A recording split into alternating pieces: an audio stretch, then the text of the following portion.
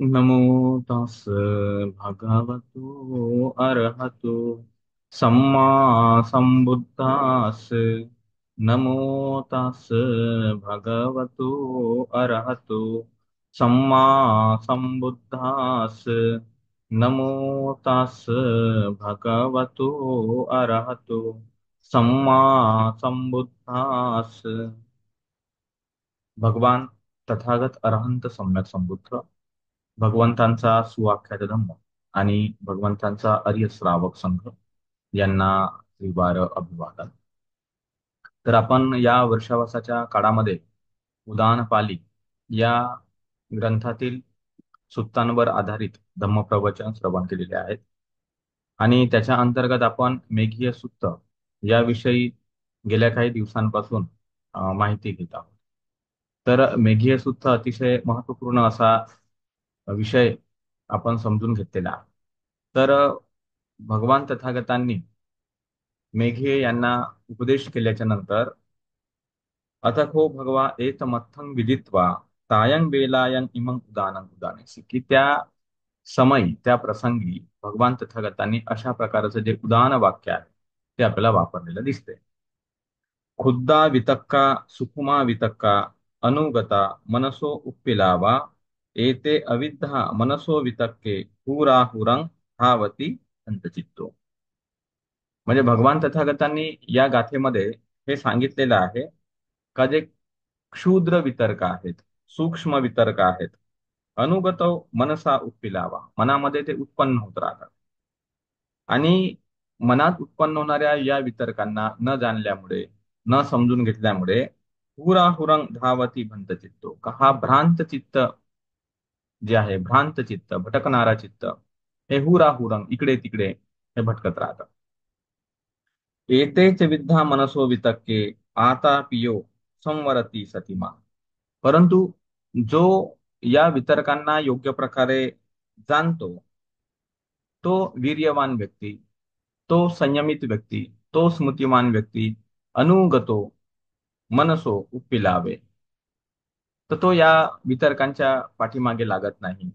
असेच मे ते पजहासी बुद्ध होती, आणि ज्याने संपूर्ण वितर्कांना दूर करून टाकलेला आहे, नष्ट करून टाकलेला आहे, तर त्यांनाच बुद्ध म्हटलेलं आहे किंवा बुद्धाने त्यांची प्रशंसा केली. तर या पद्धतीने मेघीय यांना भगवान तथागतांनी या दोन गाथेच्या माध्यमाने उदान त्या ठिकाणी उच्चारून सुद्धा उपदेश केलेला आहे. तर आपल्याला या गाथेमध्ये जे शब्द आलेले आहेत तर ते आपण थोडेसे समजणं खूप गरजेचं आहे की ही जी काही गाथा आहे, ही गाथा म्हणजे मनुष्याच्या अतिशय सामान्य प्रवृत्तीला व्यक्त करणारी गाथा. या जगामध्ये भगवान तथागतांनी हे सांगितलेलं आहे की एखादा व्यक्ती शारीरिक पातळीवर एक वर्षही निरोगी राहू शकतो, 6 महिनेही निरोगी राहू शकतो, किंवा कोणी कोणी 2 वर्ष, 3 वर्ष, 5 वर्ष, 10 वर्षही निरोगी आणि स्वस्थ राहू शकतात. परंतु जेव्हा मनाच्या पातळीवरचा विचार केला जातो तेव्हा भगवान म्हणतात की त्याचं क्षणभर सुद्धा मन एका जागेवर थांबत नाही. हे भगवान तथागतांनी सांगितलेलं आहे आणि म्हणून आपण धम्मपदाच्या चित्तवग्गामध्येही पाहतो, फंदनं चपलं चित्तं दुर्निवारय. का या चित्ताचा किंवा हा मनाचा जो स्वभाव आहे तर तो कसा आहे, फंदनं म्हणजे स्पंदन करणारा, अस्थिर असा स्वभाव आहे. चपलं चपळ स्वभाव आहे याचा. दुर्निवार्यं सहजासहजी नियंत्रणामध्ये न येणारा त्याचा स्वभाव. आता हे आपण लक्षात घेणं गरजेचं आहे की चित्त नावाची स्वतंत्र अशी गोष्ट शरीरामध्ये नाही, मन नावाची स्वतंत्र अशी गोष्ट शरीरामध्ये नाही. तो एक स्वभाव आहे. म्हणजे आपल्या मनाचा, आपल्या चित्ताचा किंवा विज्ञानाचा जो स्वभाव आहे तो मनाला जाणणं हा त्याचा स्वभाव आहे. जसं मी कालच समजावून सांगितलं का डोळ्यांचा पाहणे हा स्वभाव आहे, कानाचा ऐकणे हा स्वभाव आहे, नाकाचा गंध घेणे हा स्वभाव आहे, जिभेचा चव घेणे हा स्वभाव आहे, शरीराचा स्पर्श घेणे हा स्वभाव आहे. तसाच मनाचा विषयाचं ज्ञान घेणे हा स्वभाव आहे. ज्याप्रमाणे आपल्या डोळ्यांच्या समोर जे काही येत राहतं आपण पाहत राहतो, कानाच्या संपर्कात जेही काही शब्द येतात चांगले वाईट जे असेल ते आपण ऐकतो. नाकाच्या समोर जे काही गंध येतात, चांगले वाईट सुगंध दुर्गंध जे काही असेल ते आपण घेतोच. चवीच्या बाबतीमध्येही जी काही चव आपल्याला पदार्थांची जाणवते ते आपण घेतो. स्पर्शाच्या बाबतीमध्ये वेगवेगळ्या प्रकारचे स्पर्श आपण घेत राहतो. त्याचप्रमाणे माणसाच्या मनाचा स्वभाव सुद्धा तोच आहे, जो पाच ज्ञानेंद्रियाचा स्वभाव आहे. तर त्याच्याही संपर्कात जी काही इन्फॉर्मेशन येते, जी काही माहिती येते, जे काही विषय येते, त्याच्यामध्ये ते मन भटकत राहतं. आपल्याला वाटते की मन नावाची गोष्ट आहे, कुठेतरी भटकत आहे, पण ऍक्च्युली तसं काही नाही. तो चुकीचा गैरसमज आहे, गैरसमज आहे तो. इथे काही अशी कोणती गोष्ट नाही आहे, तो स्वभाव आहे इंद्रियांचा. जे भगवान तथागतांनी जे सांगितलं की सहा इंद्रिय आहेत आणि सहा इंद्रियांचा सहा विषयांकडे धावण्याचा कल असतो. ज्याप्रमाणे एखादं आपण वरच्या दिशेला पाणी टाकलं तर ते खालच्या दिशेला वाहत जातं. तुम्ही कितीही वेळ जरी तुम्ही वरच्या दिशेला पाणी टाकलं तरी खालच्या दिशेला ते वाहत जातं. तो एक स्वभाव आहे. तो ग्रॅव्हिटीचा किंवा गुरुत्वाकर्षणाचा जो नियम आहे, त्या नियमाने ती गोष्ट होताना वारंवार वारंवार वारंवार आपल्याला दिसते. तशासारखं इंद्रियांचा हा स्वभाव आहे. चंचल राहणं हा त्यांचा स्वभाव आहे, कारण अवतीभोवती जे विषय आहे, ते विविध असल्यामुळे म्हणून त्याला भगवान तथागतांनी काय म्हटलेलं आहे, रंगीबेरंगी विषय म्हटलेला आहे.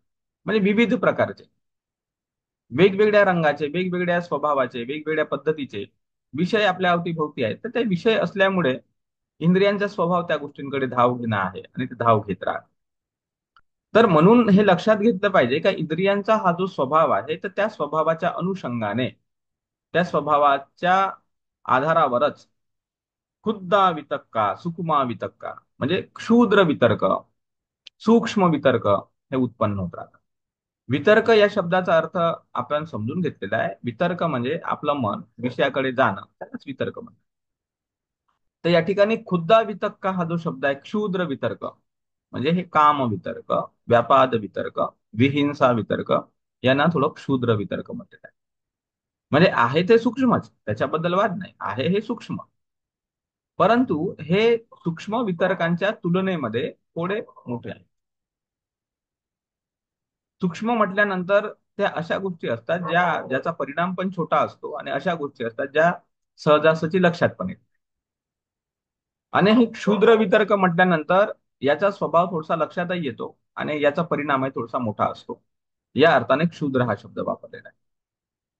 तर हे काम वितर्क, व्यापाद वितर्क आणि विहिंसा वितर्क हे तीन प्रकारचे जे वितर्क आहेत, तर त्याला क्षुद्र वितर्क म्हटलं, ज्या वितर्कांच्या संबंधामध्ये आपण या सूत्रामध्ये माहिती करून घेतलेली आहे.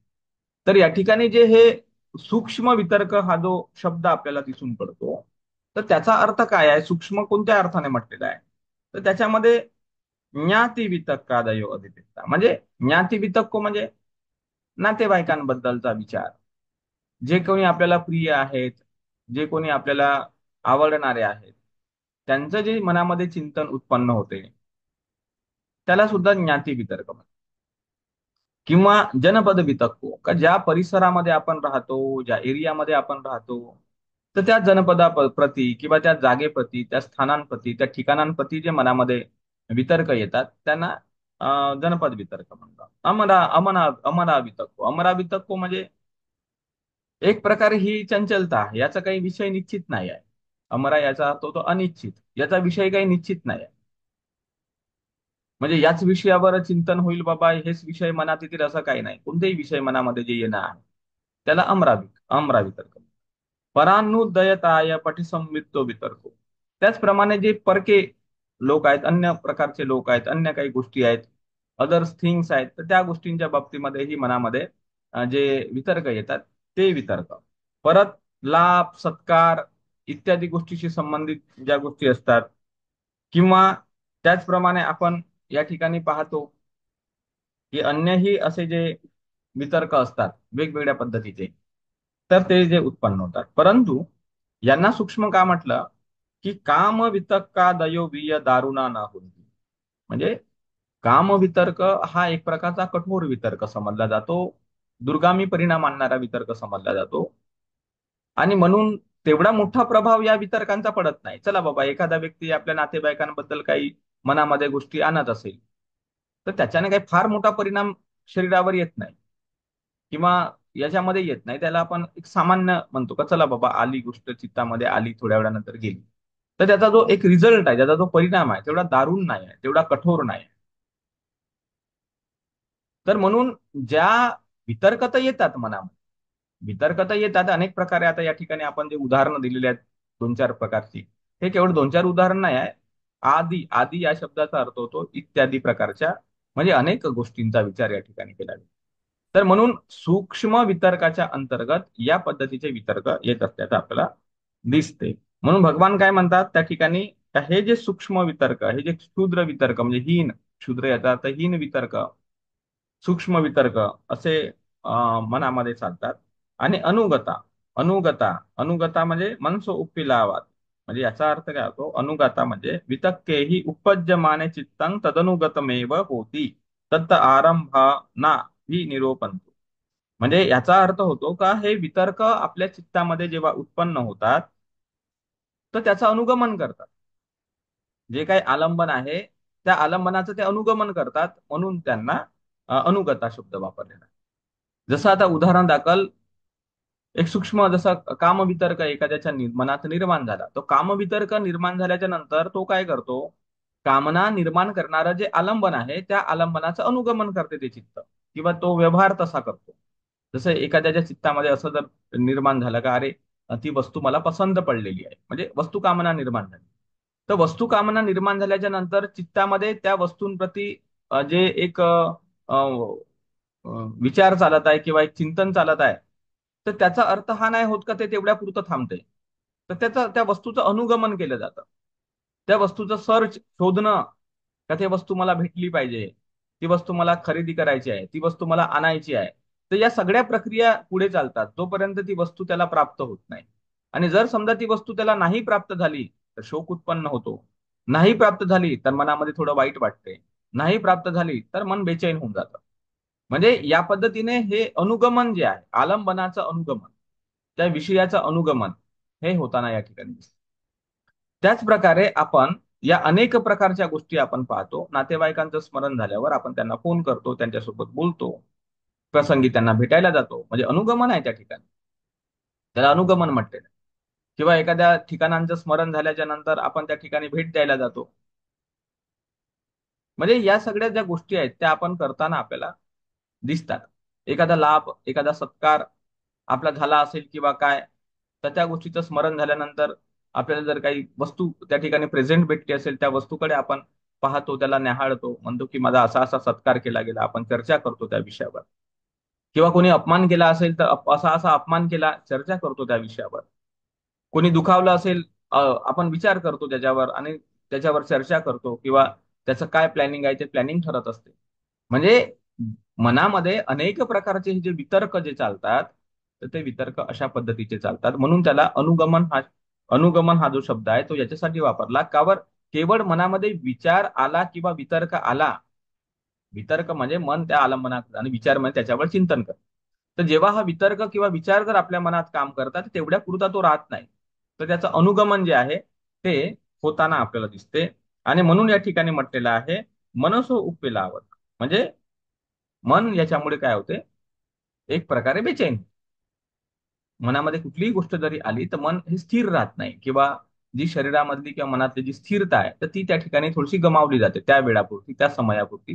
तर या अर्थाने तो शब्द वापरलेला आहे. येते अविद्या मनसो वितक्के, का जो एखादा व्यक्ती याबद्दल अज्ञानी आहे, याबद्दल तो समजत नाही, याबद्दल तो जाणत नाही. आता आम्ही अनेकदा या गोष्टी पाहतो, सर्वसामान्य जनतेमध्ये आम्ही जेव्हा पाहतो, तर मनुष्य हा खरोखर भगवान त्यांनी जे म्हटलं ना, अंधभूतो अयं लोको, का हे लोक आंधळ्या लोकांचं आहे, तर ते बरोबर आहे, आंधळ्याच लोकांचं जग आहे.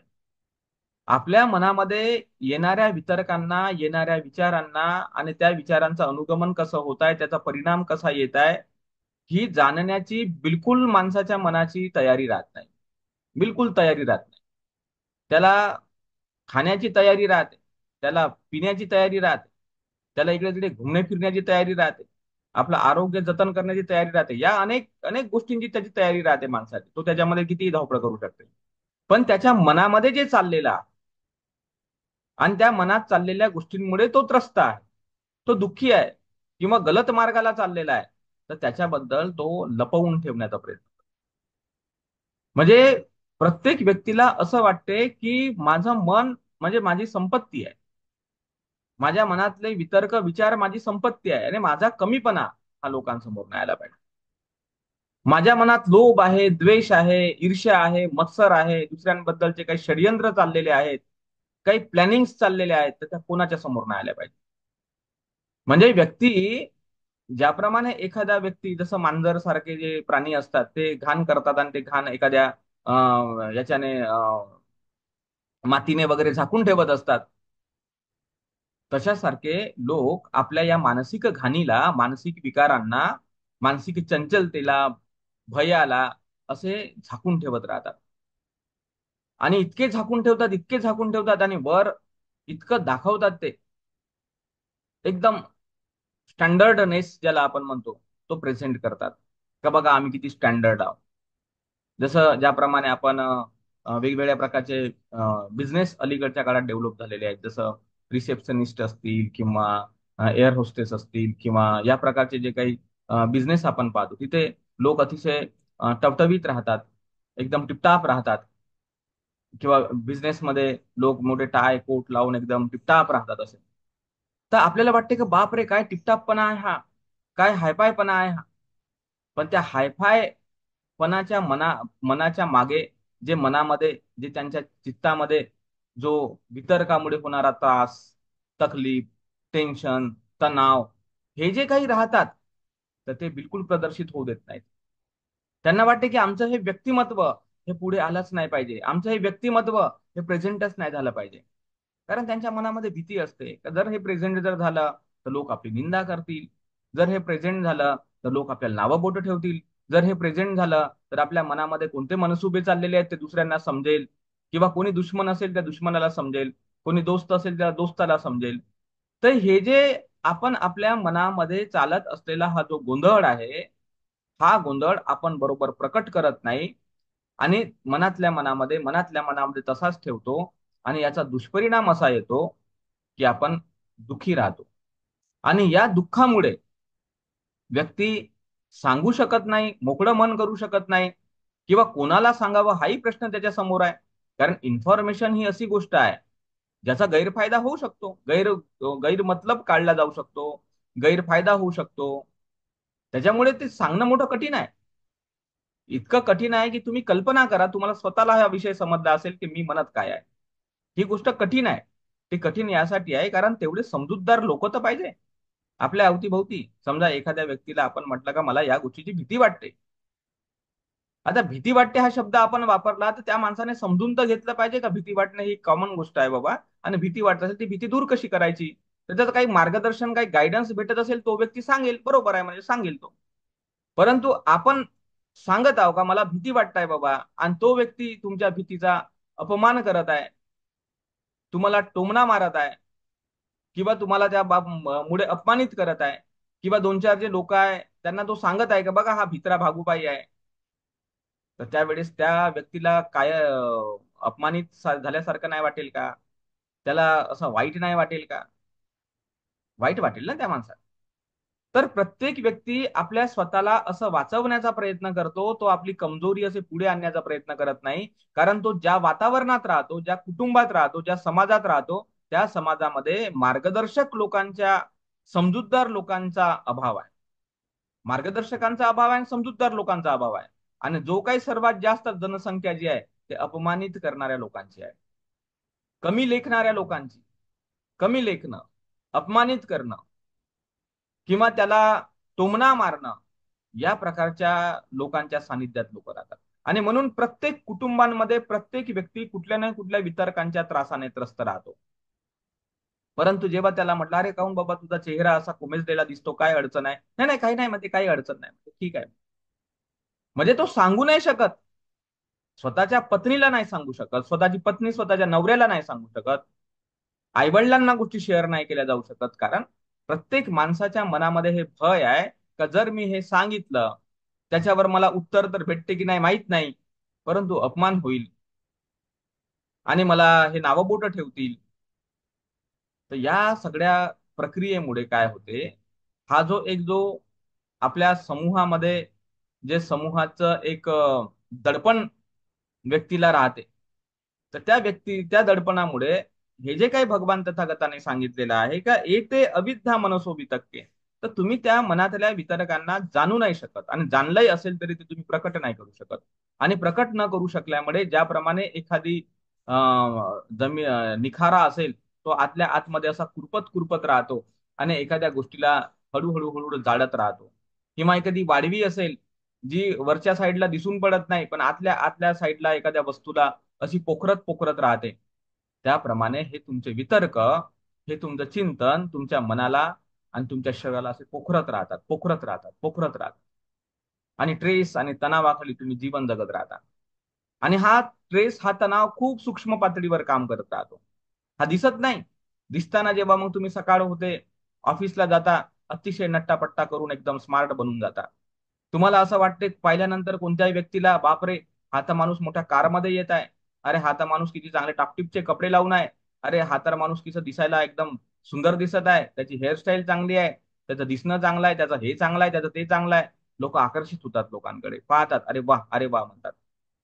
पण जेव्हा एखाद्याच्या मनाचा जेव्हा आपण विचार करतो, तर प्रत्येक माणूस कोणत्या नाही कोणत्या तणावाखाली, ट्रेस खाली आणि वितर्कांच्या ओझ्याखाली दबून आहे.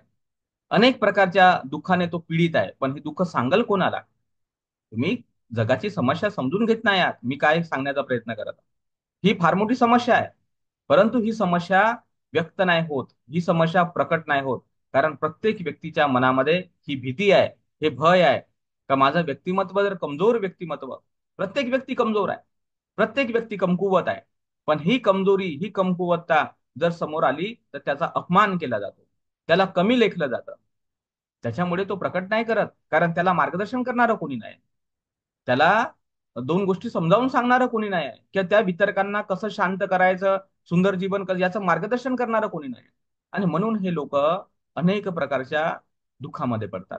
आणि हे दुःखी असणारे लोक, हे कष्टी असणारे लोक मग ज्योतिषाच्या मागे लागतात. हे दुःखी असणारे लोक, कष्टी असणारे लोक व्यसनाधीन बनायला लागतात. हे दुःखी असणारे लोक, परेशान असणारे लोक हे मोटिवेशनल स्पीकर लोकांच्या मागे लागतात. हे दुःखी परेशान असणारे लोक जे वेगवेगळ्या प्रकारे बिझनेसच्या क्षेत्रामध्ये किंवा अनेक असे क्षेत्र आता आहेत आपल्या अवतीभोवती, जे या अशा माशांना गडाला लावण्यासाठी तयारच आहेत. ते अशा लोकांच्या मजबुऱ्यांचा फायदा घेतात.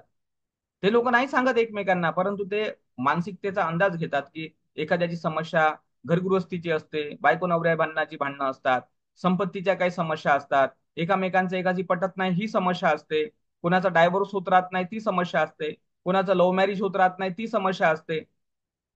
समस्या अशाच असतात, याच पद्धतीच्या असतात ज्या आपल्या समाजामध्ये जनरल समस्या दिसतात. एखाद्याची इच्छा पूर्ण होत नाही ती त्याची समस्या असू शकते. एखादा व्यक्ती सारखा बिमार राहतो ती समस्या असू शकते. एखाद्या व्यक्तीनं एखाद्याला उदार कर्ज दिलेलं आहे, ते कर्ज त्याला परत भेटत नाही आहे, ही त्याची समस्या असू शकते. एखाद्याला एखादी प्रॉपर्टी घ्यायची आहे पण ती त्याला वेळेवर भेटत नाही, ही त्याची समस्या असते. एखाद्याला विकायची आहे, ती वेळेवर विकली जात नाही, ती त्याची समस्या असते. कोणत्या कोर्ट कचेऱ्या चालू असतात, त्या त्यांच्या समस्या असतात. अरे माणूस हा कोणत्या नाही कोणत्या समस्येने ग्रस्त आहे. मग अशा सिच्युएशन मध्ये हे जे काही फसवणूक करणारे जे लोक असतात, त्यांना माहित असते का समस्या तर याच पद्धतीच्या असतात लोकांच्या. कॉमन समस्या असतात, सामान्य जीवन, सामान्य समस्या. ते थोडीच काही बोधिसत्वासारख्या त्यांच्या समस्या आहेत, ते थोडीच काही त्यांच्या बुद्धांसारख्या समस्या आहेत. त्या क्षेत्रामध्ये मग नाही समजू शकत कोणाला काही, त्या क्षेत्रातलं काही नाही समजणार. पण कॉमन माणूस ज्या व्यवहारात जगते ना, त्या व्यवहाराचेच वितर्क, त्या व्यवहारातल्या ज्या इथे सांगितलं ना सूक्ष्म वितर्क, त्या वितर्कानेच व्यक्ती परेशान राहतो. आणि मग हे जे ज्योतिष सांगणारे लोक, वास्तुशास्त्रवाले लोक, हे न्यूमरोलॉजी वाले लोक, किंवा असे बरेचसे वेगवेगळ्या प्रकारचे जे लोक असतात, ते मग त्यांना बरोबर अप्रोच करतात. आणि मग त्यांना सांगतात, हा तुमची अशी अशी समस्या आहे साहेब, म्हणतात अशी असू शकते. मग आपल्याला वाटते, अरे हो रे बाबा, हो रे बाबा. आणि मग तुमचं एवढा एवढा खर्च येतो, तेवढं तेवढं येतो, तुम्हाला हा यज्ञ करावा लागेल, तुम्हाला हे घराचा हा दरवाजा तोडून तो दरवाजा फिट करावा लागेल, तुमचं हे ज्योतिष आहे तर मग ही अंगठी घालावा लागेल, तुम्हाला ती माळ वापरावी लागेल. मग तुम्हाला त्या ठिकाणी जे तुमचे 7 चक्र आहे बाबा, त्या चक्रानुसार मग त्याच्यावर काय दगड ठेवावे लागतील. अरे अनेक प्रकारच्या अंधश्रद्धा आणि अनेक प्रकारच्या अंधश्रद्धेचे प्रकार जे आहेत मग ते चालू होऊन जातात. आणि मग थोडं बरंही वाटतं.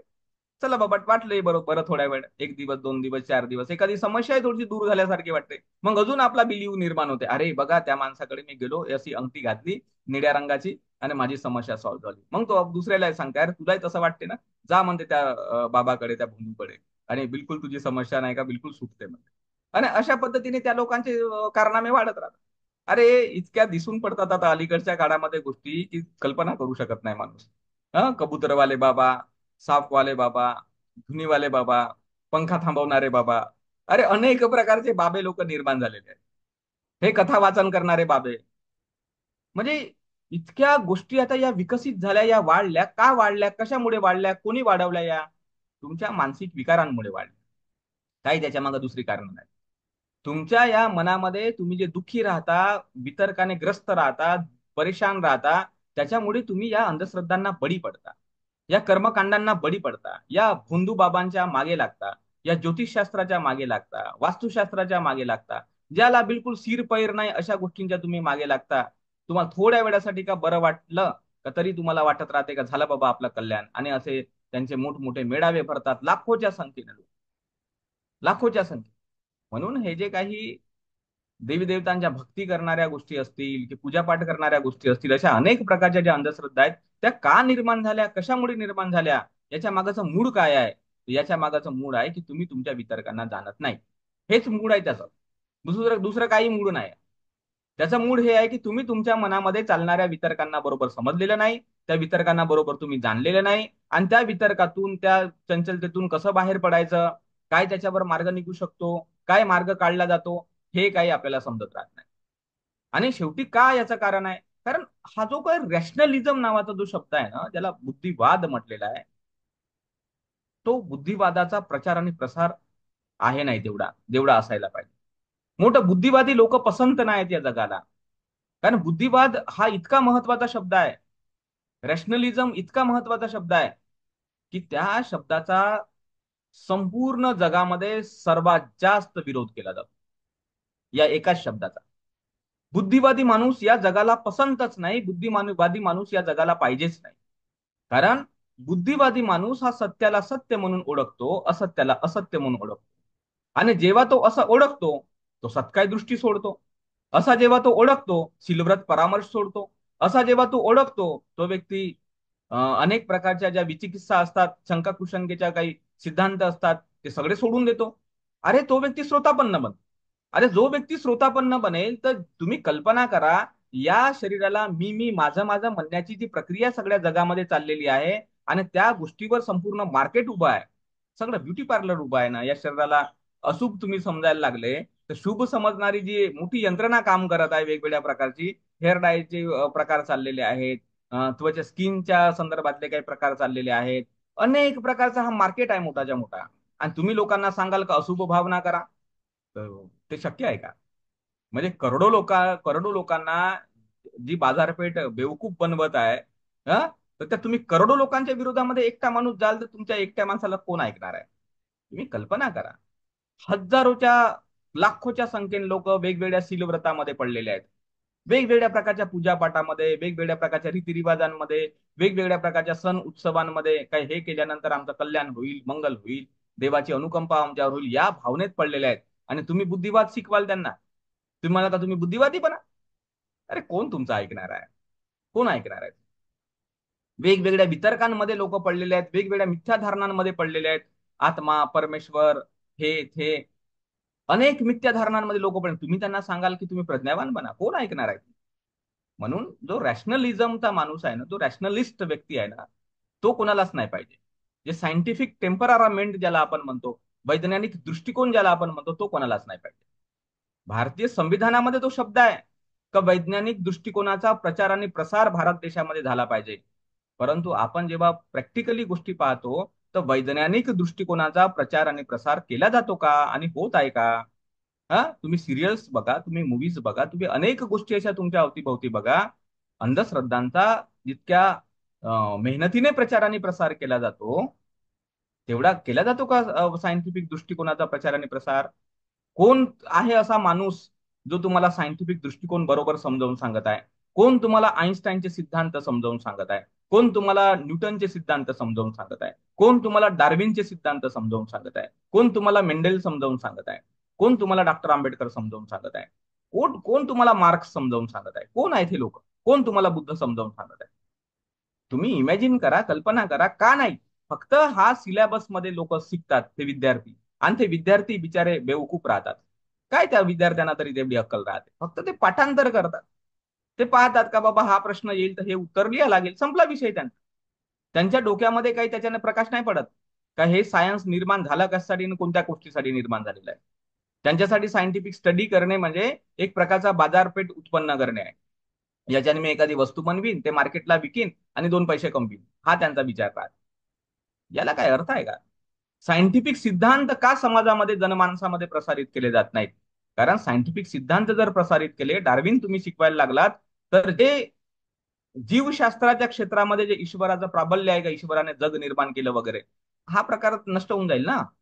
हा प्रकार नष्ट होऊन जाईल, आणि तो नष्ट झाल्यावर जे हजारो करोडो मंदिर आहेत जगभरामध्ये, त्या मंदिरांना काय महत्व राहील? आणि त्या मंदिरांच्या पुजाऱ्यांना काय महत्व राहील? त्या मंदिरांमध्ये पूजापाठ करण्याच्या प्रक्रियेला काय महत्व राहील? त्या ठिकाणी ज्या वस्तूंचा व्यापार होत आहे त्या वस्तूंच्या व्यापाराला काय महत्व राहील? त्याच्यापेक्षा बरं आहे ना बाबा, डार्विन शिकवूच नका तुम्ही.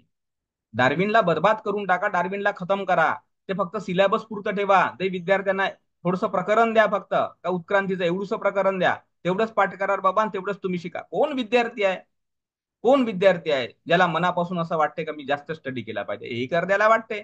लाखो लोकातून एखादा व्यक्ती राहते चिंतन करणारा आणि मनन करणारा, जसं आता आम्ही आमच्या जीवनामध्ये एक अर्धा व्यक्ती आहो समजा, का चला बाबा चिंतन करू, मनन करू, अभ्यास करू. पण त्यासाठी खर्चही लागते, मेहनतही लागते, आपतही होते. कोण आपत करायला तयार आहे आपली स्वतःची?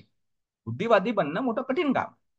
आपण म्हणतो बुद्धिवादी बनलं पाहिजे, प्रज्ञावान बनलं पाहिजे. अरे प्रज्ञावान बनणं एवढं सोपं काम नाही. बुद्धिवादी बनणं एवढं सोपं काम नाही. सायंटिस्ट बनणं एवढं सोपं काम नाही. लाईफ चालली जाते माणसाची, माणसाचं आयुष्य संपून जाते बुद्धिवादी बनण्यासाठी. कारण आपल्या अवतीभोवतीचं जे वातावरण आहे ना, ते या पद्धतीचं आहे. मग तुम्ही कल्पना करा या वाक्याची. तुम्ही हे वाक्य बघा की भगवान तथागताने काय म्हटलंय. हा अविद्ध आहे माणूस, हा न जाणणारा आहे, त्यांच्या वितर्कांना जाणत नाही, त्या वितर्कांच्या परिणामांना जाणत नाही की त्या गोष्टी होत कशा आहेत. म्हणून तो श्रोतापन्न बनत नाही ना व्यक्ती. आपल्याला वाटते श्रोतापन्न बनला पाहिजे. अरे बनला पाहिजे वाटण्यानं काय होणार आहे? ते तर मन तर मोकळं करावं लागेल ना तुम्हाला. पहिलं तुमच्या वितर्कांना तर समजा लागल. हा, तुम्हाला तर त्या मार्गदर्शकाकडे तर जावं लागल. म्हणून तर ती गाता आहे, ओ का असं बंदा मी बनते, द्वारत ये न मया कतंग सब अच्चयंख तुम्ही बनते. त्या गातेचा अर्थ तरी माहित आहे का आपल्याला काय आहे? ते जगातली सर्वात पॉवरफुल गाथा आहे. तेवढी पॉवरफुल गाथा कोणतीच नाही आहे. ते फक्त विहारात जाऊन वंदना मनाची गाथा नव्हे. ते लोकांना तसंच वाटत असते. यांना काय धर्माची सवय आहे ना. धम्म कुठे माहित आहे? बाबासाहेब जरी म्हणले का धम्म आणि धर्म याच्यामध्ये फरक आहे, पण तो फरक समजतच नाही ना आपल्याला. आपल्याला वाटते का मी तिथे जातो, वंदन काहीतरी करतो, आणि झालं बाबा माझं पंचशील घेऊन त्रिशरण घेऊन आणि झालो मी महान. अरे का त्या रीतिरिवाजानं महान व्हायचं असतं तर भगवान बुद्धाने 45 वर्ष पायपीट करत कशाला धम्म शिकवला असता? आणि त्या बाबासाहेब आंबेडकरांनी तरी एवढ्या म्हातारपणापर्यंत, वयस्कर होईपर्यंत कशाला एवढे भाषण देत बसले असते? ते इकडे जा आणि तिकडे जा आणि लोकांना जागृत करा. एवढं सोपं काम आहे का ते? धरलं न म्हणलं न झालं बाबा. त्याचे अर्थ आहेत. काया वाचा आणि चित्ताने जे काही प्रमाद झालेले आहेत, जे काही दोष झालेले आहेत, ते त्या ठिकाणी प्रकट केले गेलेले आहेत. कोणासमोर प्रकट केले गेलेले आहेत? त्या भिक्षूंसमोर प्रकट केले गेलेले आहेत.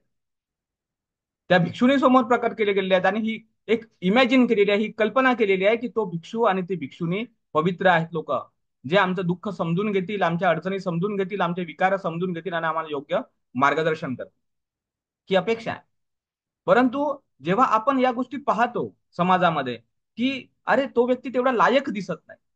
लायक तर दिसला पाहिजे ना तो. प्रत्येक व्यक्तीला समजते ना एखाद्या माणसाची लायकी काय आहे.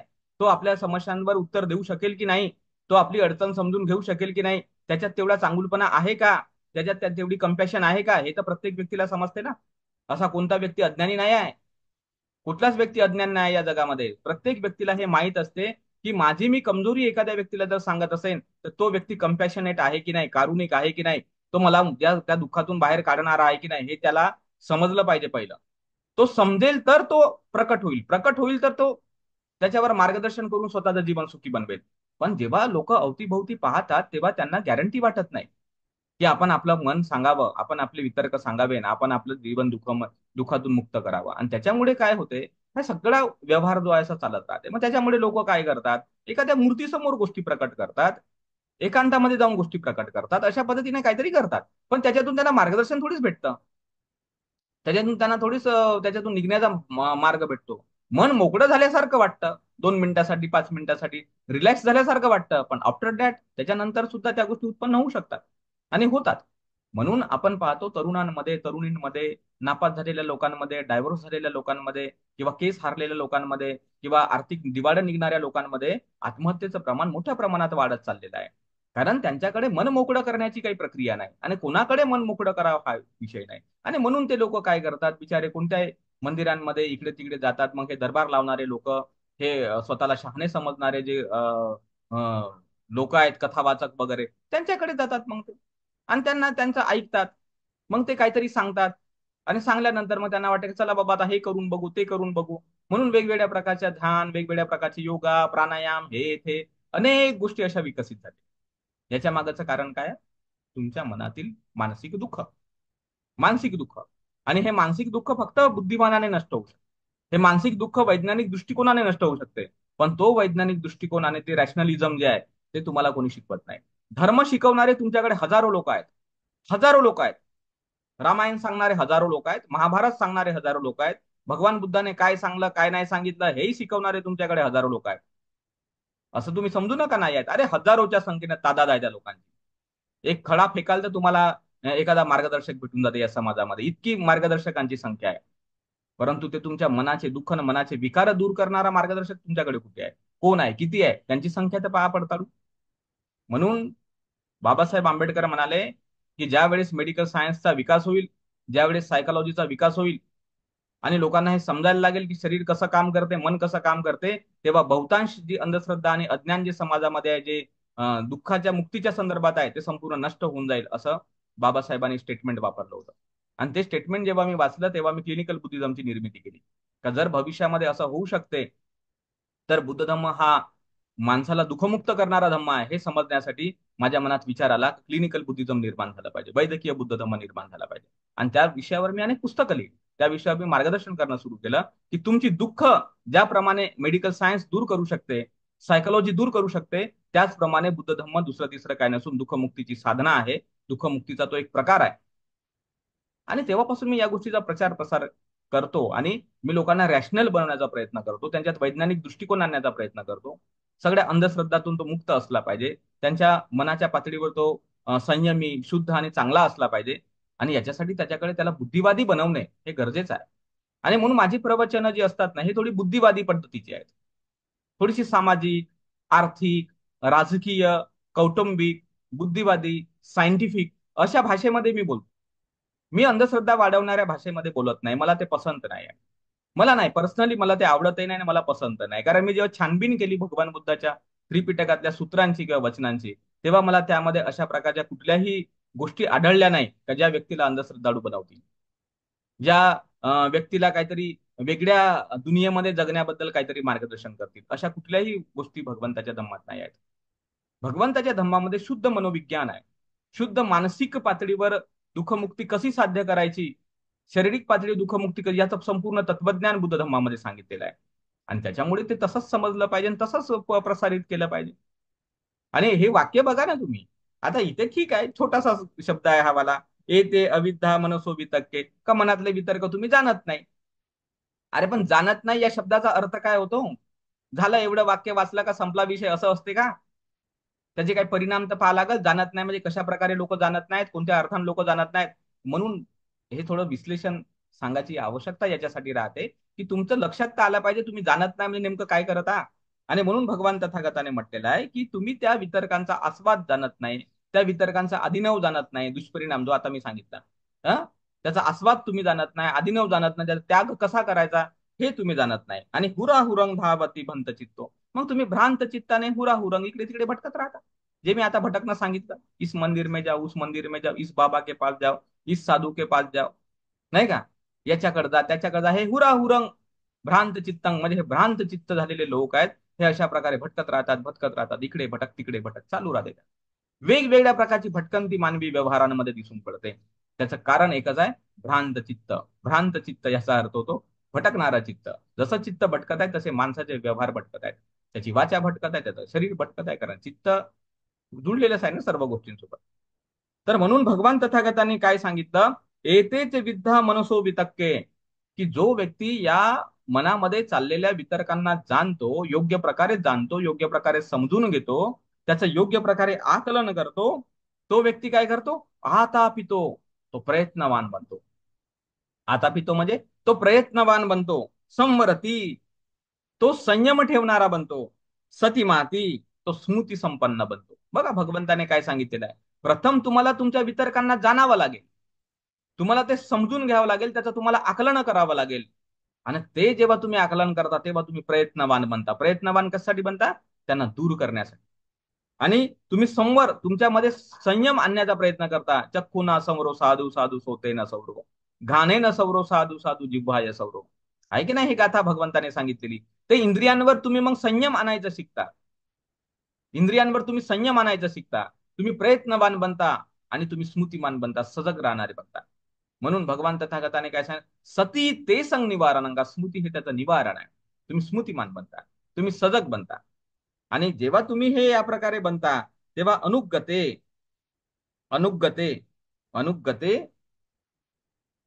मग हे जे काही तुमचं अनुगमन करणं आहे नको त्या गोष्टींचं, तर ते तुम्ही त्या ठिकाणी करत नाही. हा, तुम्हाला माहित होते की यामध्ये काही तथ्य पडलेलं नाही. आणि भगवान तथागत स्वतः या संपूर्ण वितर्कांवर विजय मिळवून आहेत. त्या प्रकारे तुम्ही सुद्धा पजहते म्हणजे नष्ट करता, तुम्ही दूर करता त्या वितर्कांना. आणि जसे बुद्ध शांत आहेत, परम शांत आहेत, त्या परम शांत मनाने आपण जीवन यापन करू शकतो. ते पॉसिबल आहे, ते शक्य आहे.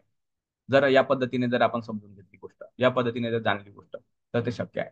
तर अशा प्रकारे भगवान तथागताने सांगितलं की तुम्ही तुमच्या वितर्कांना समजणारे बना, तुम्ही तुमच्या वितर्कांना जाणणारे बना. आणि म्हणून आम्ही अनेकदा लोकांना सांगतो की तुम्ही येऊ शकता आमच्याकडे, तुम्ही तुमच्या समस्या आमच्याकडे घेऊन येऊ शकता. आम्ही काउन्सिलिंगचं जे काम करतो त्याच्यामध्ये अनेक लोक येतात आमच्याकडे, बिलीव्ह ठेवतात आमच्यावर. आम्ही त्यांना गाईड करतो, त्यांना मार्गदर्शन करतो की कशा प्रकारे तुम्ही सुखी जगू शकता. आम्ही त्या ठिकाणी असं मार्गदर्शन करताना आम्ही कुठल्या प्रकारच्या, ज्या आताच मी सांगितलं सुपरस्टिशियस ज्या गोष्टी आहेत, त्या गोष्टी आम्ही करत नाही. त्यांना बुद्धिमान बनवण्याचा प्रयत्न करतो, बुद्धिवादी बनवण्याचा प्रयत्न करतो. आता ऍक्च्युअल मध्ये विषय असा राहतो का बुद्धिवादी बनवणं हा आपण सांगू शकतो हा बरोबर भाग आहे, परंतु बुद्धिवादाची आपल्याला सवय नाही. म्हणजे माणूस कसा हा बुद्धिमान नाही आहे लहानपणापासून, त्याला बुद्धिमान कोणी बनवलेलं नाही. त्याला कसं भ्रांत चित्ताचा आहे ना, भटकवलेला आहे आपण लोकांना लहानपणापासून, सतत भटकवलेला आहे. जो समाजामध्ये समूहामध्ये गोष्टी चालतात आपण त्या प्रकारे माणसाच्या मनाची घडण होत राहते, घडण होत. आणि अशा सिच्युएशन जेव्हा आपण त्याला बुद्धिवादी बनवण्याचा प्रयत्न करतो, स्वतःकडे पाहण्याचा, स्वतःचा चिंतन करण्याचा, स्वतःला काही समजून घेण्याचा प्रयत्न करायला लावतो, तर ते त्याला प्रॅक्टिकली करता नाहीये. म्हणजे ही अडचण ही आहे की त्याला ते करता नाहीये. जसं आता मी ध्यान शिकवतो समजा, आनापानसती शिकवतो, पण ते ऍक्च्युली त्या शिकणाऱ्या माणसाला करता नाहीयेत त्याच्या आतमध्ये, का नेमकं ते करायचं कसं. जसं कायगता सती शिकवली, पण त्याला प्रॅक्टिकल ते करता नाहीयेत, का नेमकं करायचं कसं आहे. आणि ती मोठी अडचण निर्माण होते. ती मोठी भयंकर अडचण आहे ती वाली. का शिकवणारा तर शिकवतो जरूर, पण ते तुम्हाला करता नाहीये. शिकवणारा शिकवतो जरूर, पण त्याचं कसं आकलन करायचं, काय समजायचं, ते समजता येत नाही. आणि ही अडचण माझ्या लक्षात आली. आणि म्हणून मी काय केलं, त्याला थोडंसं विस्तारित स्वरूपाने मग मी शिकवतो. त्याला त्याच्या अनुभवाच्या पातळीवर, त्याला समजेल अशा पातळीवर या सगळ्या गोष्टी करून त्याला ते लक्षात आणून देतो का बाबा हे असं असं आहे. तर त्याच्यामुळे अनेक लोकांना अनेक पद्धतीचे दुःख जे आहे ते दूर करता येतात आणि ते दूर होणं शक्य आहे. तर त्याच्यामुळे कसं आहे, तुम्हाला म्हणून मी सांगितलेलं या सूत्रामध्ये, मेघीय सूत्रामध्ये, जर तुम्हाला कल्याण मित्र भेटत असतील आणि कल्याण मित्र जर तुम्हाला माहीत झाले असतील, तर तुम्ही त्या कल्याण मित्राच्या संगतीत राहा. दुःखी जगण्यामध्ये अर्थ नाही आहे, परेशान राहण्यात अर्थ नाही आहे. जेवढं आपल्याला आयुष्य आहेच किती आपलं या जगामध्ये, थोडं दिवसाचं आयुष्य आहे आपल्याकडे, सुखाने जगायचं आहे आपल्याला. शेवटी समस्या अडचणी जीवनामध्ये येणारच असतात आणि येतच राहतात. त्या त्या अडचणींमुळे, त्या समस्यांमुळे काही दिवस आपला ट्रेसमध्ये जरी गेला तरी त्याच्यात वाईट म्हणण्याचं काही कारण नाही. तर चला बाबा आपला एखादी दिवस ट्रेसमध्ये गेला तर वाईट काय त्याच्यात मानण्यासारखं आहे. 2 दिवस गेले, काही वाईट नाही मानायचं त्याच्यामध्ये. वाईट नाही मानायचं. ट्रेस आला म्हणून काही वाईट मानण्यासारखी गोष्ट आहे का? ट्रेस आला म्हणून काही आत्महत्या करण्यासारखे किंवा झगडे भांडणं करण्यासारखे किंवा मारामाऱ्या करण्यासारखे असे प्रकार करण्याची काही गरज नाही राहत. त्याचं चिंतन करायची गरज नाही राहत. ट्रेस येणं हे मानवी मनाचा चांगला स्वभाव आहे. खराब स्वभाव समजायचा नाही त्याला. खराब स्वभाव त्याला बिलकुल समजायचा नाही. तो नॅचरल आहे आणि चांगला स्वभाव आहे. फक्त मुद्दा असा आहे का जो ट्रेस तुम्हाला येतो, तो तणाव येतो, त्याच्या मागची कारण मीमांसा तुम्हाला समजत नाही. का तो येत कशासाठी येत कशासाठी आहे, आणि तेच तुम्हाला समजत नाही. जसं उदाहरण तुम्हाला सांगतो का एखादी महिला स्वयंपाक बनवत आहे आणि स्वयंपाक बनवत असताना तिला समजा चटका लागला. आता चटका लागल्यानंतर ती महिलाला काही वेदना झाली की नाही? तिच्या हाताला भाजलंच ना ते शेवटी.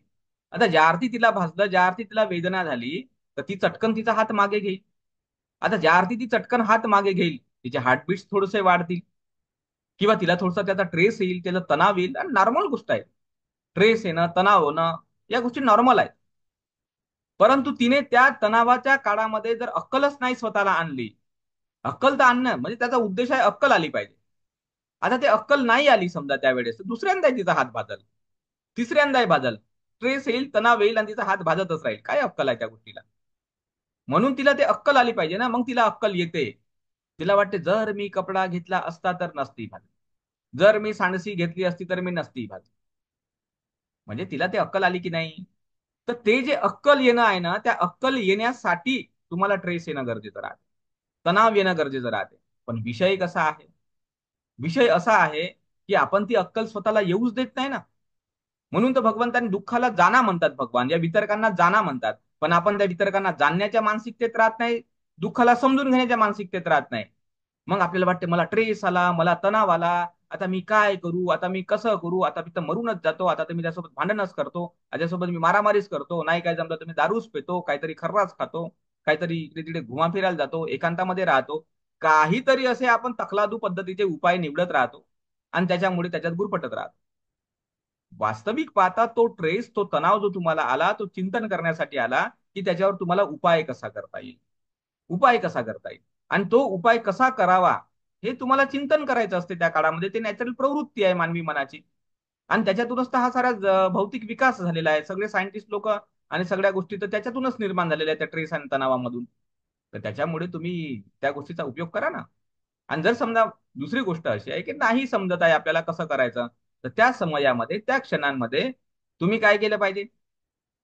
मार्गदर्शकाला कॉन्टॅक्ट केला पाहिजे, एखाद्या सायकॅट्रिकला कॉन्टॅक्ट केला पाहिजे, एखाद्या सायकोलॉजिस्टला कॉन्टॅक्ट केला पाहिजे, किंवा त्या क्षेत्रामध्ये जो व्यक्ती तज्ज्ञ आहे त्या व्यक्तीला तुम्ही कॉन्टॅक्ट केला पाहिजे.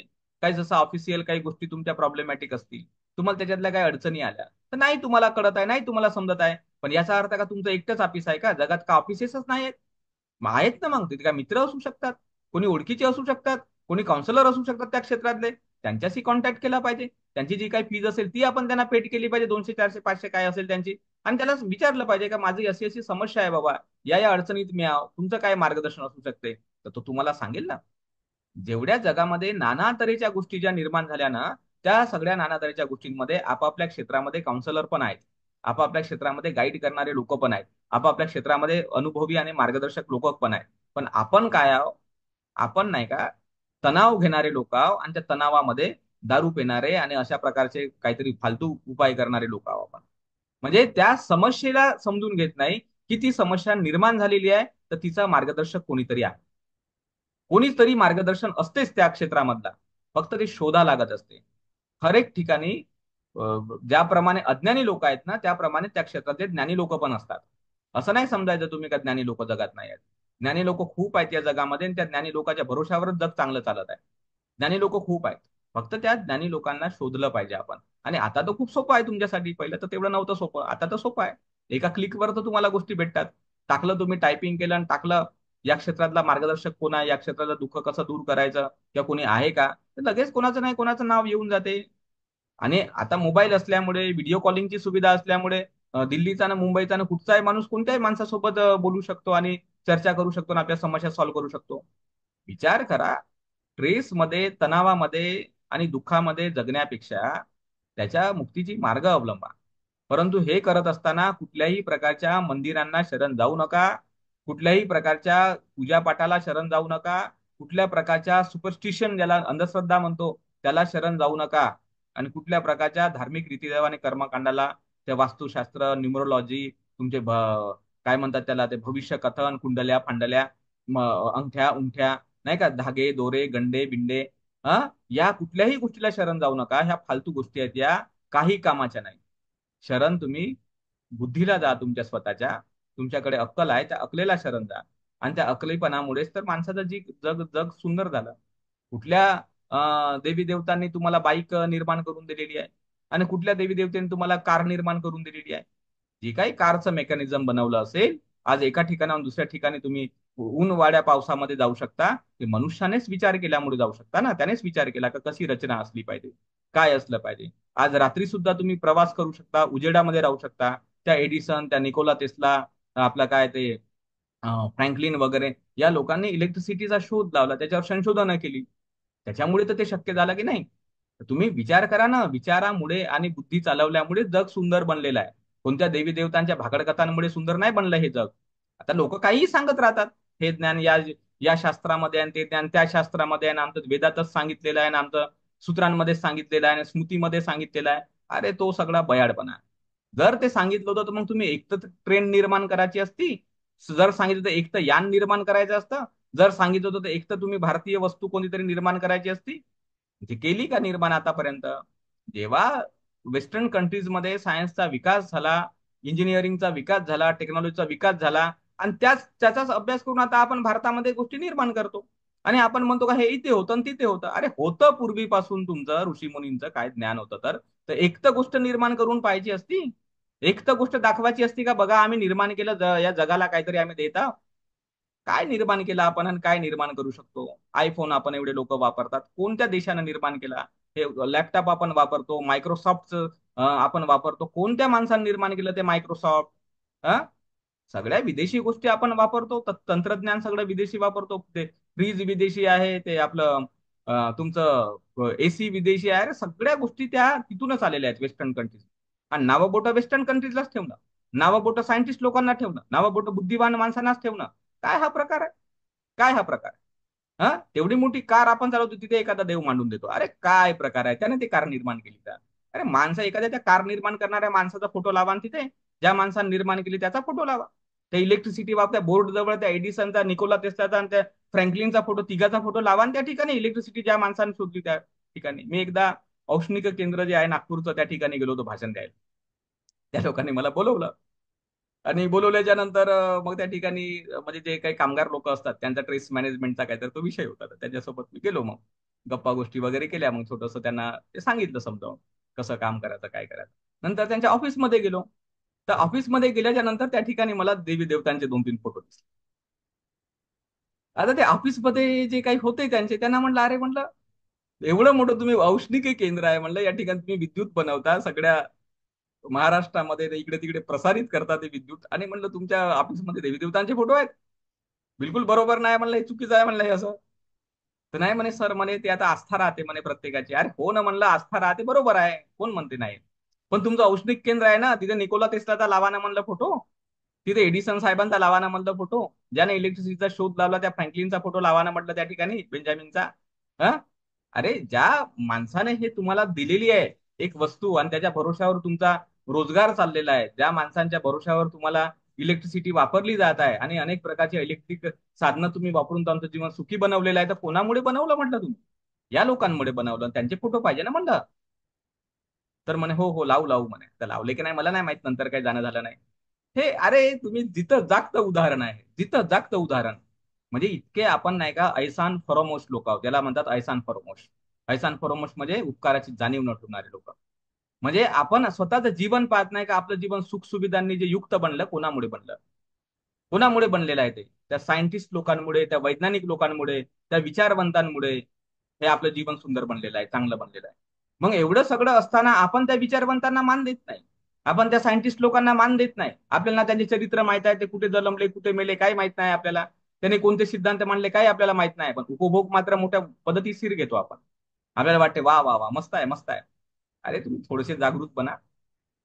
जास्त नाही पण थोडीशी जागृती आणा. अंधश्रद्धांच्या बाहेर पडलं पाहिजे आपण. आपल्या समस्या आपण समजून घ्यायच्या. जो ट्रेस येतो, जो तणाव येतो, त्या तणावामधून, त्या ट्रेसमधून चांगल्या काहीतरी गोष्टी बाहेर काढायच्या. त्या दुःखातून मुक्त होण्याचे जे सिद्धांत आहेत ते बाहेर काढायचे. तर तणाव घेऊन मी मरूनच जाईन, मी झगडाच करीन, मी आता भांडणच करीन, मी आता नुकसानच करीन, मी बदलाच घेईन, या काही कामाच्या गोष्टी नाही. मी घर सोडून चाललाच जाईन, मी साधूच बनेन, आणि मी त्या मंदिरातच जाईन. अरे सोडून द्या या गोष्टी, काही कामाच्या नाही. चिंतन करा. ट्रेस आल्यावर, तणाव आल्यावर. आणि नसेल समजत, माझं पुस्तक वाचा, 4 आहार आहे सत्य. त्या पुस्तकामध्ये मी सगळी सिस्टम सांगितलेली आहे का कशा प्रकारे आपण करू शकतो आणि कशा प्रकारे करता येऊ शकतो. चित्तेने नियती लोको नावाच्या पुस्तकात मी सांगितलं का चित्तामुळे किंवा तुमच्या मनामुळे कशी तुमची बॉडी काम करत राहते किंवा त्याचा संबंध कसा आहे, तुम्ही ते समजून घ्या. तुम्ही जेव्हा या गोष्टी जाणता समजता तेव्हा तुम्ही सुखी बनता आणि सुंदर बनता. हे भगवंतांनी जे वाक्य सांगितले ना, इतके अनमोल वाक्य आहेत. पण आता महत्वाचा मुद्दा हा आहे की या वाक्यांना समजावून सांगणाऱ्याची आपल्याकडे मोठी कमतरता आहे. कारण हे लोक धम्म जाणतच नाहीत ना. याला धर्म पाहिजे, धर्म, रीतिरिवाज, कर्मकांड आणि मोठमोठ्या प्रकारच्या अंधश्रद्धा त्याबरोबर शिकवता येतात त्यांना. लोकांना बुद्धिवादी बनवणं म्हटलं का मोठं कठीण वाटतं या लोकांना. स्वतःच बुद्धिवादी नाही तर काय दुसऱ्यांना बुद्धिवादी बनवतं. तर त्याच्यामुळे आपण बाबासाहेबांचे शिष्य आहोत आणि आपण बुद्धिवादी असलो पाहिजे. आणि बुद्धिवादीचा अर्थ हा होतो की तुमच्याकडे तुमची बुद्धी वापरण्याची क्षमता प्रत्येकामध्ये आहे आणि ती क्षमता तुम्हाला वापरता आली पाहिजे. जसं मी उदाहरण, छोटंसं उदाहरण आहे, पण तुम्ही त्या छोट्याशा उदाहरणावर लक्ष द्या की एका महिलेला काहीतरी स्वयंपाकात काम करताना चटका बसतो. छोटासा इव्हेंट आहे हा. पण ती कपडा वापरते, ती सांडसी वापरते. तिने तिचा तो शोध आहे. प्रत्येक व्यक्तीचा हा शोध आहे, सांडसी कपडा त्या दुःखापासून वाचवण्यासाठी. हीच प्रक्रिया मोठ्या पातळीवर पण काम करते. देश पातळीवर, जग पातळीवर, युनिव्हर्स पातळीवर हीच प्रक्रिया काम करते माणसाच्या मनाची. फक्त विषय वेगळे वेगळे असू शकतात, बाकी काही नसते. नियम तोच काम करत आहे ब्रेनचा. दुःख उत्पन्न होते आणि व्यक्ती दुःखमुक्तीचा उपाय निवडत असते. म्हणून भगवंताने सुख हा शब्द नाही वापरला, कारण सुख हा प्रकारच नाही आहे. दुःख आहे आणि दुःखाची मुक्ती आहे. मग दुःखी आहात तुम्ही तर दुःखाची मुक्ती शोधा. आणि नाही शोधता येत असेल तर जे मार्गदर्शन करणारे लोक आहेत, मनापासून तुम्हाला चांगलं काही शिकवणारे लोक आहेत, त्यांच्या सानिध्यामध्ये जा, त्यांचं मार्गदर्शन घ्या. जसं तुम्ही बिमार पडल्या डॉक्टरांचं मार्गदर्शन घेता, तशाच सारखं या बाबतीमध्ये मार्गदर्शन करणारे हजारोच्या लाखोच्या संख्येने लोक आहेत. प्रॉपर मार्गदर्शन घ्या, प्रॉपर गायडन्स घ्या आणि सुखी बना. तर ठीक आहे, अतिशय सुंदर असं मेघीय सूत्र आपण समजून घेतलेलं आहे. आणि एकदम म्हणजे चांगलं सूत्र आहे ते. तर ठीक आहे, आपण या ठिकाणी थांबूया. तर हे जे आपलं जे धम्मप्रवचन होतं या क्षेत्रामधलं, वर्षावासाच्या काळातलं हे आपलं अंतिम आणि शेवटचं धम्मप्रवचन होतं. आणि यानंतर आपलं उद्यापासून तर आपलं हे वर्षावासाचे जे प्रवचन आहेत ते आपले संपून गेलेले आहेत. आता वास्तविक पाहता हे संपलं म्हणत असताना तेवढं काही बरं वाटत नाही, पण आता प्रत्येक गोष्टीची उत्पत्ती आहे तर प्रत्येक गोष्टीचा नाशही राहतो. तर त्या पद्धतीने ठीक आहे, आता काही हरकत नाही. तर आपण जे काही या 40 दिवसांमध्ये किंवा 40, मला वाटते जवळपास 45-50 दिवसाचा कालावधी झालेला आहे, आपण या विषयावर उपदेश करत आहोत. तर या सर्व दिवसांमध्ये ज्या ज्या लोकांनी हा धम्म श्रवण केलेला आहे, जे जे लोक या धम्मप्रवचनाच्या अ, वर्गामध्ये पर्सनली इन्व्हॉल्व्ह झालेले आहेत, किंवा जे युट्यूबच्या क्षेत्रामध्ये नंतर कधीतरी ऐकणारेही लोक मोठ्या प्रमाणामध्ये आहेत, तर त्या सर्वांनी जे महान असं पुण्य संपादन केलेलं आहे. कारण भगवान तथागताने सांगितलेलं आहे की धम्मश्रवण करणं हे पुण्य आहे. कारण धम्मश्रवण केल्यामुळे तुमची मिथ्या दृष्टी नष्ट होते. धम्मश्रवण केल्यामुळे तुम्हाला काया वाचा चित्ताला चांगलं वळण लागत असते. धम्मश्रवण केल्यामुळे माणसाची अज्ञान, अंधश्रद्धा, शंका, कुशंका या नष्ट होत असतात. माणसाला एक दिशा भेटत असते जीवन जगण्याला. त्याच्यामुळे धम्म सब दानंग धम्मदानंग जिनाती का म्हटलं, की सर्व दानामध्ये धर्मदान श्रेष्ठ आहे. कशामुळे म्हटलं, कारण मानवी जीवन सुखी बनते या दानामुळे, म्हणून त्याला श्रेष्ठ दान म्हटलं. तर मी धम्मदान दिलेलं आहे. धम्माचं दान देणे म्हणजे धम्माचा उपदेश देणे, त्याला धम्मदान म्हणतात. तर हे धम्मदान देऊन मी सुद्धा अनेक पुण्य कमवलेलं आहे आणि तुम्ही धम्मश्रवण करून सुद्धा अनेक पुण्य कमवलेलं आहे. कारण धम्मदान देणारा व्यक्ती आणि धम्मश्रवण करणारा व्यक्ती हा दोन्ही व्यक्ती जास्त मोलाचा आणि जास्त महत्वाचा याच्यासाठी आहे. कारण तो या ज्ञानाच्या, नॉलेजच्या भरोशावर, या ज्ञानाच्या भरोशावर तो दुःखमुक्तीच्या मार्गाला चालतो. निब्बान प्राप्त करण्याकडे त्याची वाटचाल सुरू होते. आणि भगवंताचं वचन माहिती आहे आपल्याला, निब्बानं परमसुखं, का निब्बान हेच परमसुख आहे. तर जो व्यक्ती धम्म देसना दिल्यामुळे आणि जो व्यक्ती धम्म श्रवण करण्यामुळे, जो व्यक्ती निब्बानाकडे घेऊन जाणारा मार्ग शिकवत आहे आणि जो व्यक्ती निब्बानाकडे घेऊन जाणारा मार्ग शिकत आहे, तर या दोन्ही गोष्टीमुळे बुद्ध शासन मजबूत बनत असते आणि बुद्ध शासन परिपूर्ण बनत असते. तर या सगळ्या प्रोसेसमध्ये ही एक महत्वाची बाब आपण पार पाडलेली आहे. आणि त्यामुळे हे महान असं पुण्य आहे. आणि या महान अशा पुण्याचं आम्ही अनुमोदन करतो.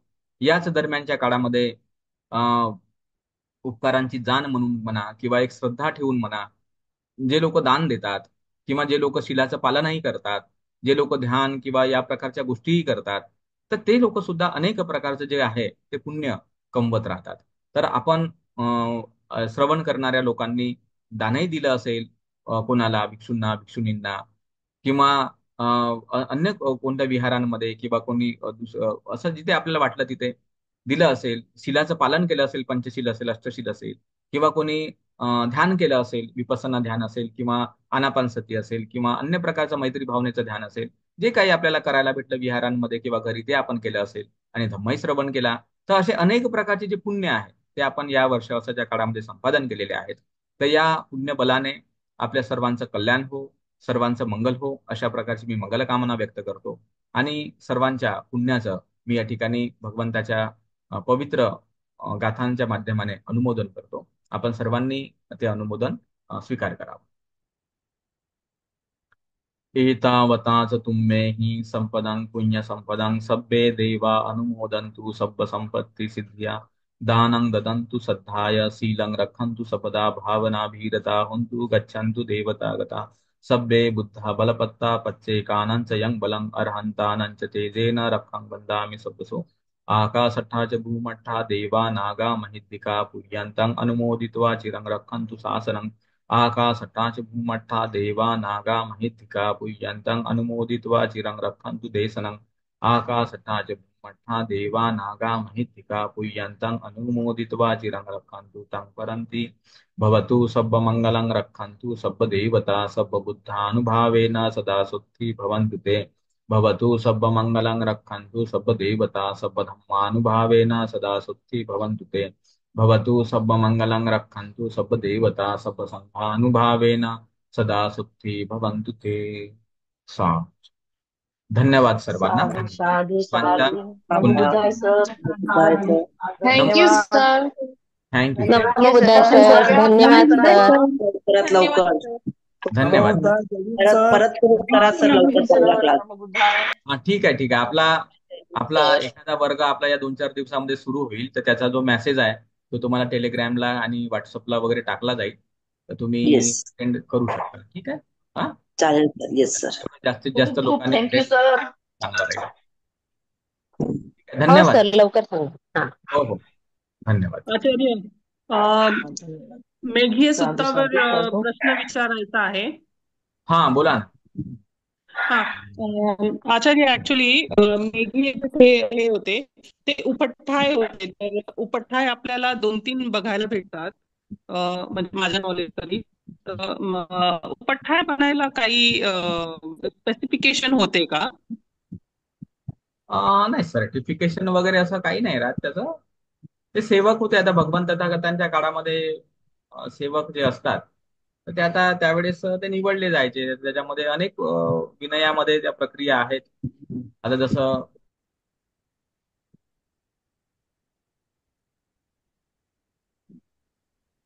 हा हॅलो. हा आवाज येतो का? हॅलो. हा आचार्य, ब्रेक झाला हा, सगळा. येतोय सर. डिस्कनेक्ट झालं बरं. ओके. तर ते कसं भगवंताच्या काळामध्ये नाही का विनयानुसार अनेक प्रकारचे वेगवेगळ्या प्रकारचे भिक्षू असायचे. म्हणजे त्याच्यामध्ये विहारांची देखभाल करणारे भिक्षू असतील किंवा भोजनाचं निमंत्रण ऍक्सेप्ट करणारे भिक्षू असतील, शिबिरांची व्यवस्था करणारे, पात्रची व्यवस्था करणारे किंवा कोणी आगंतुक भिक्षू आले त्यांची सेवा करणारे किंवा त्यांना झोपण्याची आरामाची रूम वगैरे दाखवून देणारे, असे वेगवेगळे भिक्षू असायचे जुन्या काळामध्ये. कारण शेवटी मोनॅस्टिक लाईफ होतं ते. जसं आपण घर चालवत असताना घरातले वेगळे वेगळे लोक वेगवेगळे कामं करून घराला चालवतात, त्याच प्रकारे ऑफिस चालवणारे लोक वेगवेगळ्या कामं करून ऑफिसला पुढे घेऊन जातात. तशासारखं बुद्ध शासनाला पुढे नेण्यासाठी केवळ एखादा व्यक्ती शिकतो आणि शिकवतो एवढं पुरेसे नाही राहत. सगळेच कामं करावे लागतात आणि सगळेच कामं करून ती व्यवस्था पुढे न्यायला लागते. मग तशाच सारखं भगवंताच्या काळामध्ये भगवंताची सेवा करणारे पण भिक्षू होते, जे भगवंतासोबत 24 तास राहायचे. हे भगवंताला काय पाणी लागलं का किंवा आसन टाकून द्यायचं आहे का किंवा त्यांची संगाती ठेवायची आहे का किंवा भगवंताने काही म्हटलं तर ते आणून देणं वगैरे, तर अशा प्रकारच्या ज्या गोष्टी आहेत तर त्या नेहमी व्हायच्या. तर त्याच्यामध्ये भगवंताच्या सुरुवातीच्या 20 वर्षाच्या काळामध्ये त्यांचे अनेक सेवक होऊन गेले. म्हणजे केवळ मेघियत झाला अशातला भाग नाही, अनेक असे सेवक पण हा त्याची नावं आपल्याला सर्वच्या सर्व नावं दिसत नाहीत, पण अनेक सेवक झाले. आणि नंतर मग 25 वर्षाच्या नंतर जेव्हा आनंद भिक्षू होते, तर मग आनंद भिक्षूंनी उरलेला जो प्रदीर्घ जो काळ आहे, म्हणजे भगवान बुद्धाच्या शेवटचा जो काळ आहे, म्हणजे 80 वर्ष भगवान राहिले समजा, तर जवळपास भगवान 65 वर्षाचे वगैरे असतील. तर तेव्हापासून त्यांच्या 65 वर्षाच्या वयापासून तर 80 वर्षाच्या वयापर्यंत आनंद भिक्षू हे एकटेच त्यांचे सेवक होते. नंतर ते मग बिलकुल सोबतच राहिले. मग ते आनंद भिक्षू 25 वर्ष सोबत राहिले. कंटिन्युअस सोबत राहिले. तर त्याच्यामुळे आनंद भिक्षूचा जो सन्मान होता भिक्षू संघामध्ये, तो अप्रतिम सन्मान होता. सर्वात जास्त सन्मान आनंद भिक्षूचा होता. कारण ते लोक ते मोठे ब्रिलियंट होते, इतके ब्रिलियंट होते आनंद भिक्षू, की त्यांना पूर्ण पाठ होते भगवान बुद्धाचे सूत्र, पाठ होते, समजलेले होते, सगळं होतं त्यांच्या. कारण प्रत्येक ठिकाणी त्यांनी सूत्र ऐकलेले होते. त्याच्यामुळे आपण समजलं पाहिजे की उपस्थायक जो विषय आहे ना, तो सेवक, आणि सेवक जे आहे ती गोष्ट फार महत्वाची असते. आणि ती होती भगवंताच्या काळात, आणि ती परंपरा आजही आहे. आपण श्रीलंका किंवा अन्य देशात जे पाहतो, तर भिक्षू लोकांसोबत अनागारिक लोक वगैरे राहतात. ते अनागारिक लोक भिक्षूंची सेवा करतात, त्यांची बॅग उचलणं, ठेवणं, या प्रकारच्या गोष्टी करतात. किंवा जे श्रामणेर ज्याला म्हणतो, ते श्रामणेर लोक भिक्षूंची सेवा करतात. की बाबा रे, मोठे म्हणते जे आहेत बाबा, मग त्याला आसन नेऊन टाकणं, पाणी, पाय धुवायला पाणी देणं. तर या सगळ्या गोष्टी ज्या आहेत त्या भिक्षू संघामध्ये होत राहतात. आता जेव्हा या गोष्टी होत नाहीत, तेव्हा कलह उत्पन्न होतो आणि ते शासन खतम होऊन जातं. तर सेवा फार महत्वाची बाब आहे, आणि ते होती आपल्या धर्मामध्ये, आणि आजही आहे, असं काही नाही. ठीक आहे. हा, धन्यवाद सर. अच्छा, अजून एक आहे सर. कामवितर्क नष्ट करायला निष्कर्म, व्यापाद नष्ट करायला मैत्री. आता व्यापादाचा अर्थ तर समजला, द्वेष किंवा प्रतिघात. आणि विहिंसाचा अपोजिट आपल्याला करुणाशी करायचा आहे.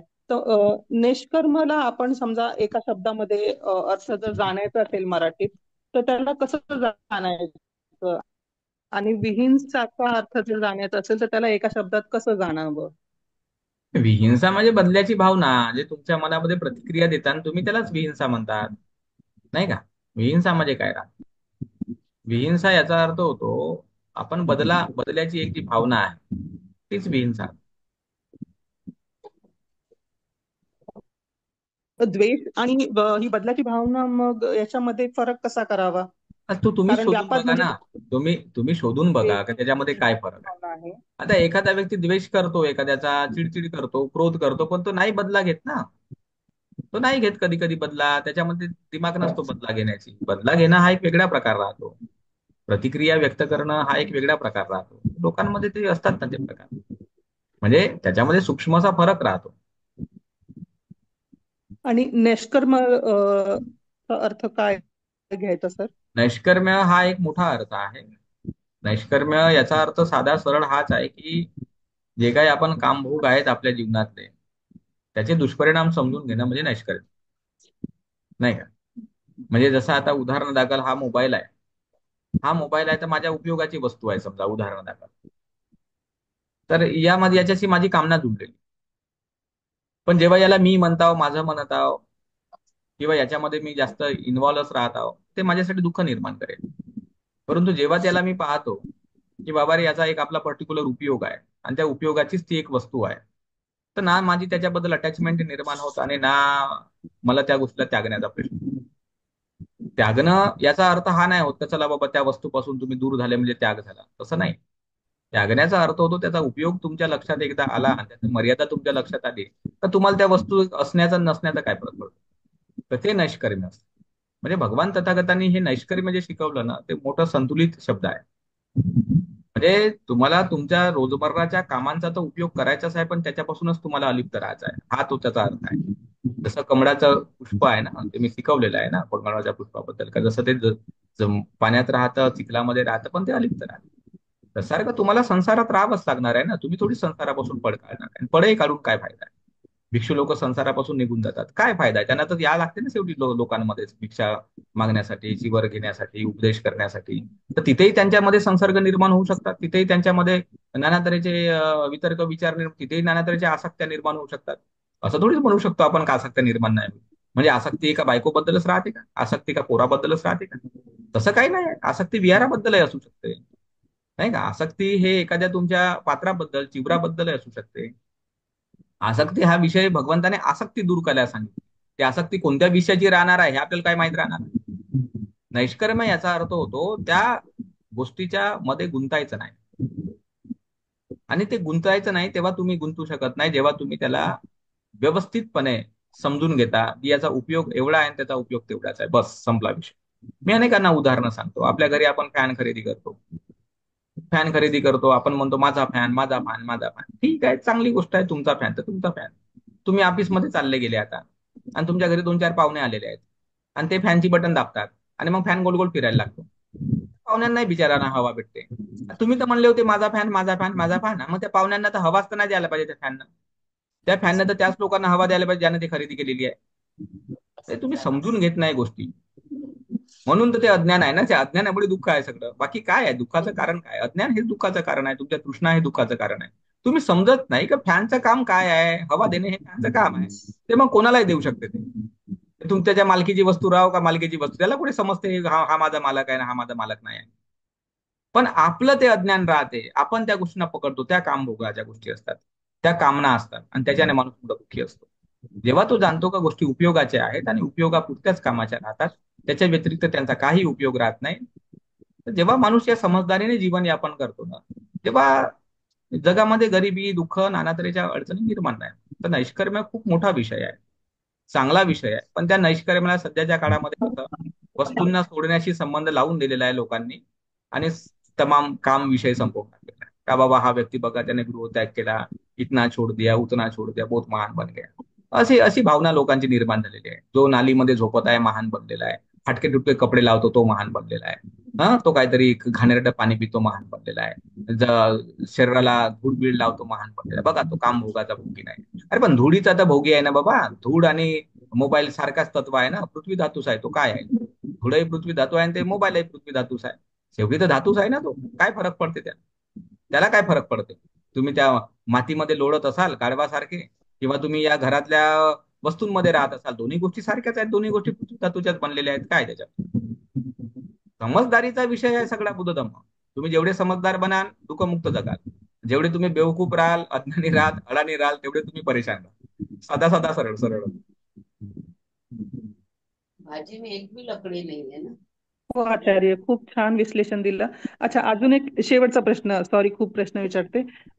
काल बाह्य दारूचा उल्लेख केला तुम्ही आणि त्यांना तुम्ही अर्हत सांगितलं. तर म्हणजे नाही, तुम्ही त्याच्यासाठी एक काम अर्हंत करा ना, हे व्हायला मागे उदान पालीमध्ये आपण मागे ते कुठेतरी त्याचं प्रवचन आलेलं आहे. कितवं तरी प्रवचन ते असेल बाह्य दारूची कथात, किंवा ते असेल ते आपलं एखादं, ते तुम्ही ऐकून घ्या सविस्तर. त्याच्यामध्ये त्याची स्टोरी दिलेली आहे. हो, चालेल चालेल. हो, त्याची धन्यवाद. सविस्तर त्याची स्टोरी जी आहे ना, ती ऑलरेडी आलेली आहे हा त्यांची. हा हा. त्यांना भगवंतांनी हा, ऍक्च्युली ते गृहस्थ होते आणि अर्हंत झाले, ही खूप इंटरेस्टिंग गोष्ट आहे. नाही नाही, सर्वच होतात ना. अर्हत होणे म्हणजे काय आहे? तुम्ही अर्हत असण्याला आणि किंवा अर्हत होण्याला काहीतरी वेगळा आधार दिलेला आहे. जसं ते लोक म्हणतात ना, साधू संन्यासी लोक, मुझे परमात्मा का साक्षात्कार हो गया, तसं तुम्ही समजत आहात त्या गोष्टीला. तेच तुमची अंधश्रद्धा आहे. अर्हत होणं म्हणजे काय आहे? स्वतःच्या मनाचा एक विशिष्ट परिवर्तन करणं आहे. आणि ते कोणीही करू शकतो ना. घरगृहस्थीत राहिला आता एवढ्या मोठे अर्हत लोक भिक्षू लोक होते, ते नाही करू शकले, डॉक्टर आंबेडकरांनी करून दाखवलं. करोडो लोकांचं कल्याण केलं त्या माणसाने. केलं की नाही? हा, 5 पोरं होते त्या माणसाला. होते ना बाबासाहेबांना 5 मुलं. 4 मरण पावले असतील, एक वाचला असेल, पण 5 तर पोरं होतेच ना. 2 बायका होत्या बाबासाहेब आंबेडकरांना, एक सोडून. रमाबाई आंबेडकर होत्या, परत आपल्या माईसाहेब आंबेडकर होत्या, म्हातारपणामध्ये लग्न झालं होतं त्यांचं. होता ना 2 बायका त्यांना. 2 बायकाही होत्या. वेगवेगळ्या प्रकारे राजकारणामध्ये व्यस्त राहणारे व्यक्ती होते. मग ते कसे महान बनले? कोण महान बनवलं त्यांना? अरे त्यांची बुद्धी त्यांची महान आहे ना, प्रज्ञावान आहे. प्रज्ञा ही महानता आहे, शील हे महानता आहे, करुणा ही महानता आहे. महानता त्या तत्वांना म्हटलेला आहे, त्या का माणसाला थोडीच म्हटलेला आहे. माणूस तर घाणीनेच बरबटलेला आहे. बाबासाहेब आंबेडकर बघा बरं, बिचाऱ्यांचा पाय मोडून गेला. काठी घेऊन चालायचे. वयस्कर जेव्हा झाले तर मायसाहेब आंबेडकरांच्या खांद्यावर एक हात ठेवायचे, रत्तूच्या खांद्यावर एक हात ठेवायचे ना, बिचारे चालायचे. नाही चालता येत होतं त्यांना. नाही चालता येत होतं. नाही शारीरिक पातळीवर ते स्वस्थ आणि निरोगी होते. सतत त्यांना चष्मे बदलवत राहावे लागायचे. दर महिन्याला नवीन चष्मा वापरावा लागायचा. नाही, डोळे डोळे त्यांचे चांगले होते. शरीर नव्हतं चांगलं. त्यांना हड्ड्यांचा त्रास होता, त्यांना डायबिटीज झाला होता. अनेक बिमाऱ्यांनी ग्रस्त माणसं बाबासाहेबांचं शरीर होतं. मग काय आपण काय शरीराची पूजा करतो का बाबासाहेबाची? हा, डॉक्टर आंबेडकर की जय जेव्हा म्हणतो तर का त्या शरीराला म्हणतो का आपण? ते त्यांच्या मनातल्या सद्गुणांना म्हणतो आपण. तर मग मनातले सद्गुण तुमच्यातही निर्माण होऊ शकतात, माझ्यातही निर्माण होतात. त्याचा काय प्रॉब्लेम आहे? आपण या भावनेमध्ये राहतच नाही बिलकुल, का आपण अर्हत नाही बनू शकत. प्रत्येक व्यक्ती अर्हत बनू शकतो. जो श्रावक आहे तो अर्हत बनू शकतो. तुम्हीही बनू शकता. घर गृहस्थीत राहत असताना बनू शकता. तुम्ही बिंबिसाराचं उदाहरण घ्या. बिंबिसाराला किती बायका होत्या? का एक बायको होती का त्याला? अनेक बायका होत्या त्या प्रसेनजितला आणि त्या बिंबिसाराला. मग तरी तो माणूस श्रोतापन्न बनला. तुम्ही विचारच करत नाही, तुम्ही अभ्यासच नाही करत बरोबर. तुम्ही कल्पना तर करा, तो बिंबिसार राजा होता, त्याच्या मागे किती ताणतणाव होता बरं.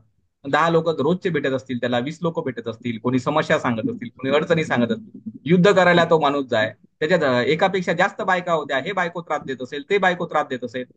त्या बिंबिसाराला म्हणत असेल का माझ्याकडे तुम्ही लक्षच दिलं नाही, मला तुम्ही साडीच आणून नाही दिली, मला तुम्ही हेच नाही आणून दिलं, तेच नाही आणून दिलं. अरे तो बिंबिसार राजा तरी श्रोतापन्न बनला तो बेटा. तुम्ही विचारच करत नाही का हे लोक आपल्यापेक्षा भयंकर होते. आपण तर खूप चांगले आहोत. आपल्याला एकच बायको आहे, आपल्याला एकच मुलगा आहे. आपल्याला तर तेवढा मोठा व्याप नाही आहे आपल्या अवतीभवती. कुठं कशाचा व्याप आहे सांगा बरं तुमच्या मागं. काहीच व्याप नाही आहे. हा डोक्यात व्याप आहे फक्त, बाकी काही व्याप नाही आहे.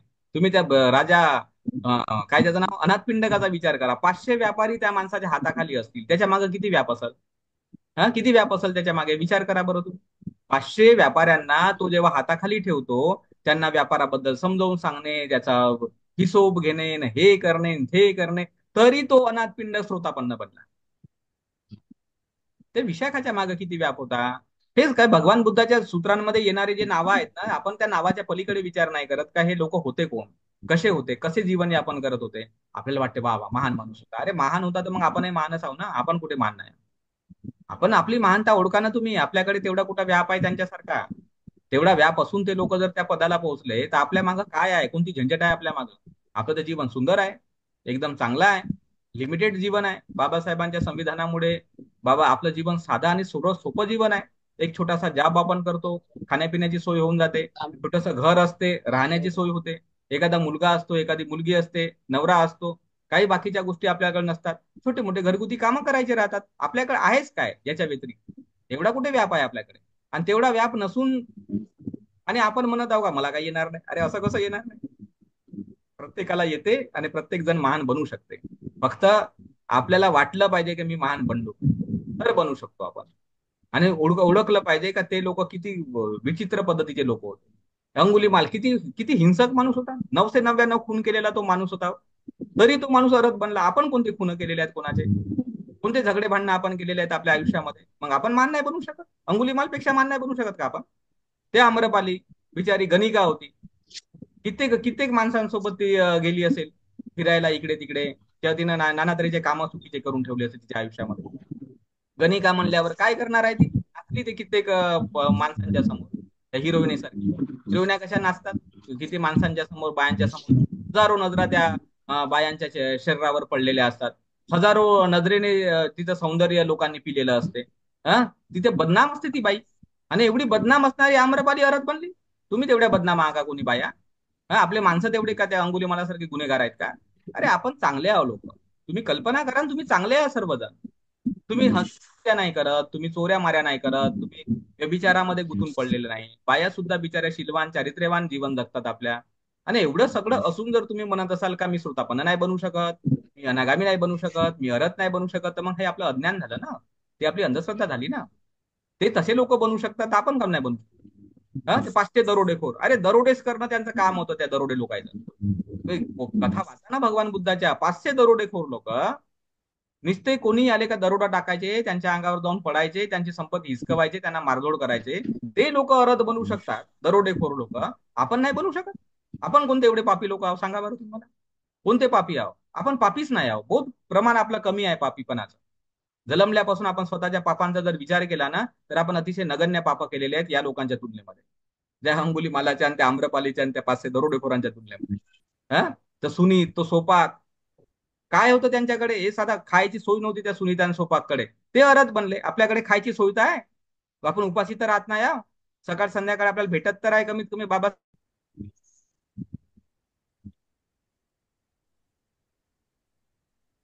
तर त्याच्यामुळे नाही का आपल्याला स्वतःला कमजोर समजू नका. तुम्ही कल्पना करा, विचार करा, तुम्ही महान लोक आहात. आपण प्रत्येक जण महान आहोत. बाबासाहेबांनी आपल्या प्रत्येकाला महान बनवले. आता फक्त या महानतेची जाणीव आपण करून घेत नाही, हा भाग अलग आहे.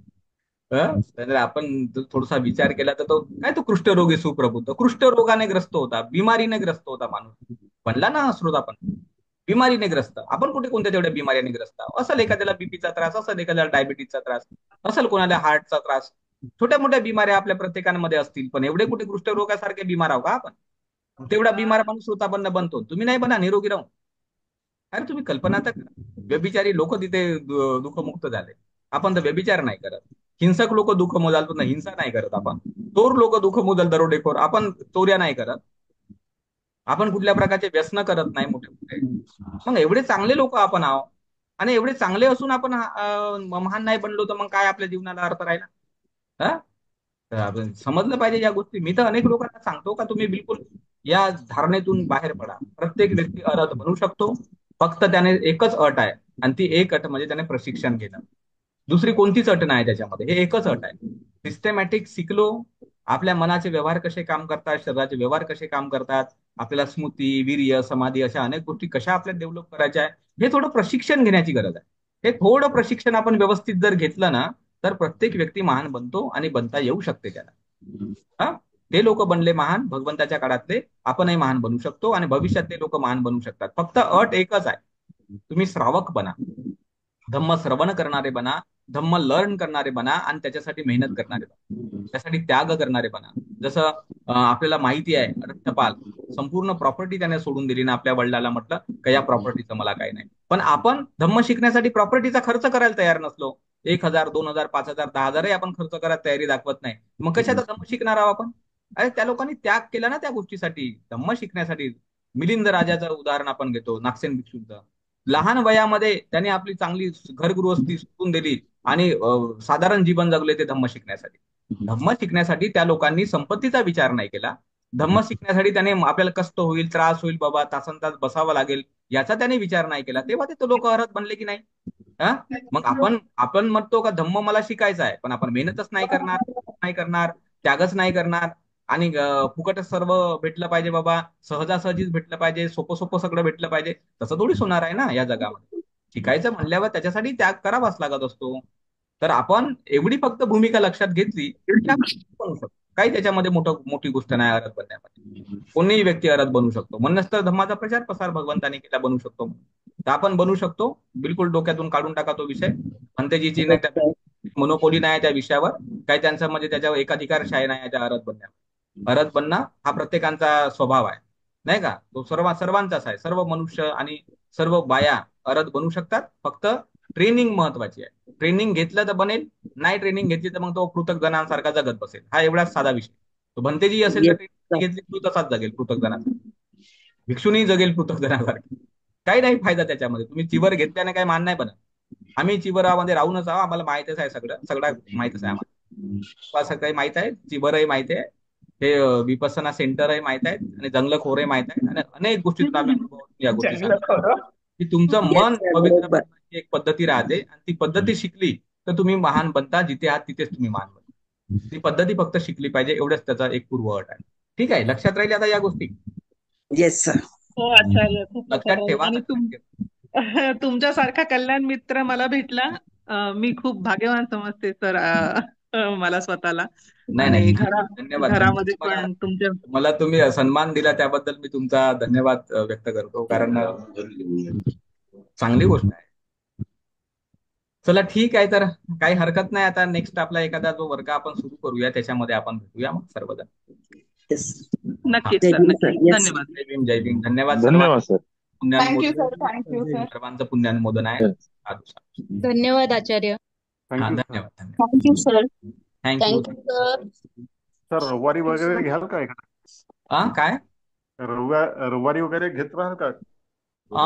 ठीक आहे ना, बघूया ना, नाही का? मला जसा टाइम ऍडजस्ट होतो तसं मग मी ते टाकेल सकाळी सकाळी. ठीक आहे. ते नवीन क्लासच चालू करा सर, आणि ते रेग्युलर राहायला तर बरं राहील. क्लास आपला सुरू होणारच आहे आता या काही दिवसांमध्ये, 2-3 दिवसात. आता हे थोडं विजयादशमीचं आहे ना, त्याच्यामुळे आता हो मी हो. 2-3 जी दिवस जी जी. नंतर ते विजयादशमी झाली का आपण आपला ऑनलाईन क्लास जो आहे तो आपण सुरू करूया संध्याकाळी. ठीक आहे, येस सर. तुम्ही पण हो, त्याच्यामध्ये चालेल. सहभागी व्हा. हो, चालेल. सर ठीक कशी आहे. काय? नमो बुद्धाय, नमो बुद्धाय. आणि ज्यांच्याकडे समजा माझा नंबर नसेल तर त्यांनी या चॅटबॉक्स मधून तुम्ही घेऊ शकता, जर तुम्हाला कॉन्टॅक्ट करायचा असेल तर. बाकीच्यांकडे तर नंबर असू शकतो. नसेल तर मग तो हा नंबर मी तुम्हाला देतो. मग क्लासमध्ये जॉईन करण्यासाठी तुम्ही जे आहे मला कॉल करा. हे बघा, चॅटबॉक्स मध्ये मी नंबर टाकलेला आहे, 82 75 92 11 85. 80 75 तर 92 11 85. 95.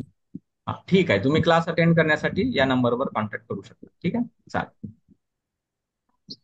धन्यवाद सर्वांना. Thank you sir. तुमच्यासारखा कल्याण मित्र सर्वांना लाभो सर. तुमच्या अरे पूर्ण हो, परिवाराचं खूप बरोबर आहे. मंगल हो. आता तुम्ही आता कल्याण मित्र बना. आता झाला, मी म्हातारा झालो आता. प्रत्येकाला बनण्याचा प्रयत्न करायचा. आता तुमचं काम आहे कल्याण मित्र बनणे. जे आपण शिकतो चांगलं धम्माचे आपले क्लासेस करतो, त्याच्यातून जे ज्ञान येतं त्याचे नोट्स काढायचे आणि तेवढंच शिकवायचं, नाही का? जास्त एकदम नाही एकदम टेन्शन घ्यायचं. एवढं आपल्याला सर काय. तुम्ही स्वतःला म्हातारा म्हणालात, मग आम्ही तर मग तुमच्या 20 वर्षा मोठे आहोत, तर मग मग आम्ही काय नाही, बरोबर आहे. हो, म्हणजे आम्ही पण आम्ही मोठेच आहोत शिकण्याची सर. तयारी न दाखवायची काय? दाखवायची. नाही, त्याच्यामुळे म्हणतो का आता आम्ही वयस्कर झालो बाबा, आता नाही आमची खांद्यावरची नाही रे, जबाबदारी तुम्ही यंग आहात. ना आम्हाला. नाही का? तरुण पिढींवर. आम्ही म्हातारे आहोत सर. हो का? ठीक आहे, मग आपण एकाच माळेचे मणी आहोत समजा, म्हातारे म्हातारे लोक. कल्याण मित्र म्हणून खूप मोठी जिम्मेदारी आहे सर. हो हो, बरोबर आहे.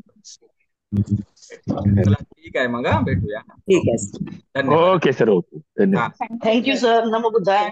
नमो बुद्धाय. नमो जय भीम. नमो.